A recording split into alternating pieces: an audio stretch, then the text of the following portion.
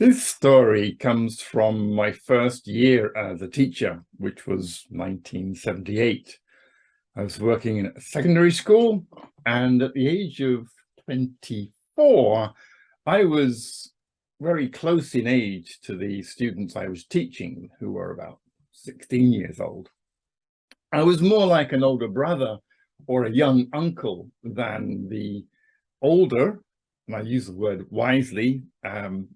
I am now older than the teachers in that school, but from 16-year-olds perspective, anyone over 40 is ancient. There was a bit of a gap between the teachers and the students, and which of course problems.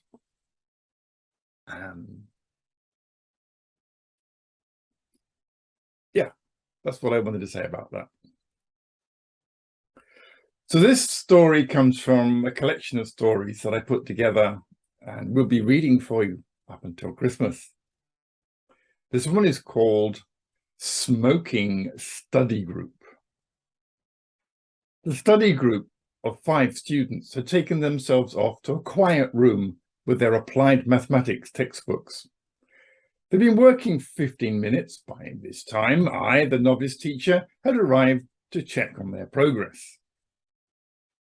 We were discussing a locomotive traveling uphill question. It's all about power, weight, friction, speed, that kind of thing. When I noticed a young man sitting to my left, taking out a tin of Gold Flake tobacco. He flipped off the lid and took out a Rizla pack of cigarette papers. He slid out and gently flattened a rolling paper on the desk. I looked at him and what he was doing.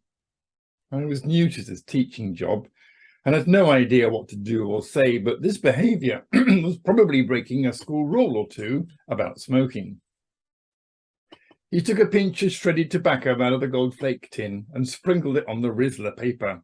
Keeping one eye on me, he licked the sticky edge of the paper, rolled it into a spindly cigarette, and put this twig into his mouth.